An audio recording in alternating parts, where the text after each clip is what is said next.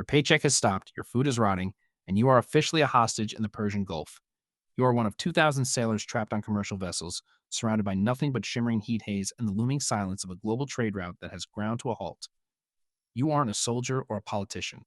You are just a pawn waiting for a signal that the world hasn't forgotten you exist, to let you go home. Since the escalation on February 28, 2026, this small stretch of water has become the most dangerous bottleneck on the planet. It holds 20% of the world's oil and liquid natural gas. Yet today, it is effectively closed. While the tankers sit idle, the global energy markets are screaming, and in the halls of power in Washington and Tehran, a desperate game of high-stakes chess is unfolding. This is the reality of the so-called 14-point peace plan, a proposal that looks perfectly logical on a piece of paper, but feels like an impossible dream when you sit in the chairs of those who hold the power. To understand why this deal is teetering on the edge of failure, we have to look past the headlines and into the mindset of the players involved. And there is perhaps no better lens for this than the analysis of Iranian historian and scholar Arash Azizi. He argues that we have fundamentally misunderstood the nature of the regime in Tehran.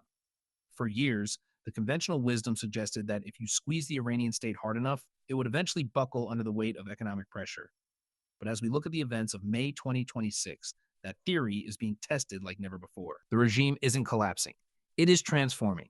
It is shifting away from the rigid, ideological, fire-breathing era of the past toward a more technocratic, securitized order that prioritizes survival over revolutionary expansion. When you see the Iranian leadership pushing this 14-point plan through Pakistani mediation, you aren't seeing a group of people ready to surrender. You are seeing a group that has realized their old strategy of permanent hostility is no longer sustainable. They want to be recognized as a legitimate, securitized regional actor, not a pariah. They want the status quo, but they want it on their terms. And that is exactly where the train goes off the tracks. Let's look at what is actually on the table. The plan begins with a Phase 1 de-escalation, an end to the war on all fronts, including the conflict in Lebanon within 30 days. It demands the lifting of the United States naval blockade and, perhaps most crucially, the establishment of an international authority to guarantee peace. On its face, it sounds like a roadmap to stability. But then, you look at the fine print. Iran wants a mutual, non-aggression pact that covers its regional allies, and it expects a total withdrawal of United States military forces from the areas surrounding its borders. For the Trump administration, these demands are, quite frankly, non-starters. The White House is operating under a different set of pressures. With midterm elections looming in November of 2026, the administration cannot afford to be seen as weak. Any perceived flexibility toward Tehran is being framed by political rivals as a capitulation. So, when President Trump announced Project Freedom, mobilizing 15,000 military personnel and over 100 aircraft to escort commercial vessels, it wasn't just a tactical move. It was a political message. It was a statement that the United States would rather lean into its power than negotiate from what it perceives to be a position of vulnerability. And this is the tragedy of the situation. Both sides believe that time is on their side. Tehran believes that by holding the Strait of Hormuz hostage, they have the ultimate lever, one that will eventually force the world to intervene and pressure Washington to grant concessions. Washington, on the other hand, believes that its economic and military weight will eventually drain the resources of the Iranian state, forcing them into a much more favorable, much less ambitious deal. It is a classic, dangerous standoff where both parties are betting the house on the hope that the other will blink first. But what about the people caught in the middle? Inside Iran, the messaging is a jarring split-screen reality. On one channel, state media pushes aggressive, violent, pro-war rhetoric, painting the conflict as an existential struggle against Western imperialism.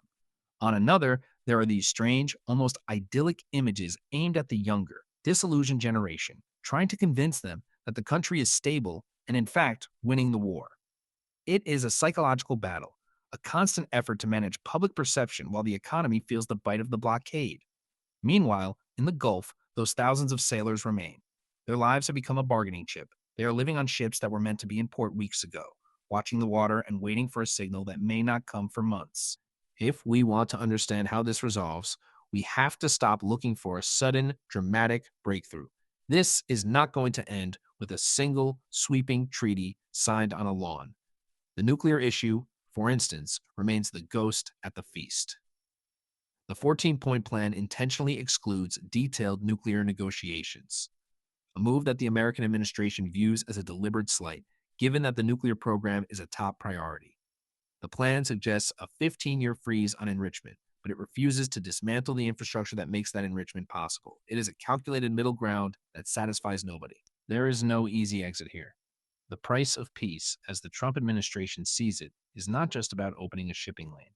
It is about reckoning with 4 decades of regional conflict. Trump has publicly stated the plan is unacceptable, arguing that Iran hasn't paid a big enough price for its history. This suggests that for the United States, this is not just about solving the immediate crisis in the Strait of Hormuz. It is about punishment.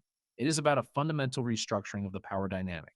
When you have one side looking for recognition and the other looking for retribution, you don't get a ceasefire. You get a long, grinding stalemate. So, what happens if this deal falls apart completely? We are looking at a future where energy prices stay elevated for the long term, acting as a constant tax on the global economy. We are looking at an entrenched, securitized, and frankly, more dangerous regional order. The Iranian regime, in its new, more pragmatic, and more militarized iteration, is not going anywhere. It is learning to operate within these constraints, turning its isolation into a bunker like stability. It is a transformation that experts like Arash Azizi have been warning about for a long time. They aren't trying to fall, they are trying to dig in. If there is a path forward, it likely won't come from a 14-point list written by bureaucrats. It will come when both sides realize that the cost of the standoff exceeds the benefit of their pride. Right now, that realization hasn't happened. The flags are still flying on those stranded ships, the oil is still sitting in the tankers, and the negotiations are still trapped in the same circular logic of mistrust and political theater. It is a reminder that in geopolitics, the most logical solutions are often the hardest ones to implement, simply because they require the one thing that no government wants to give: the appearance of defeat. And as long as both Washington and Tehran prioritize their own image over the lives of those thousands of sailors, the ships will stay anchored, and the world will wait for a resolution that remains firmly out of reach. Think about the irony of it. The very things designed to bring security, the military escorts, and the naval blockades, are the very things keeping this crisis alive. It is a loop, a perpetual motion machine of tension. It would almost be poetic if it weren't so exhausting for everyone involved. The next few months are going to be defined by who can blink first. My guess? Nobody. At least, not until the cost of not blinking becomes absolutely unbearable.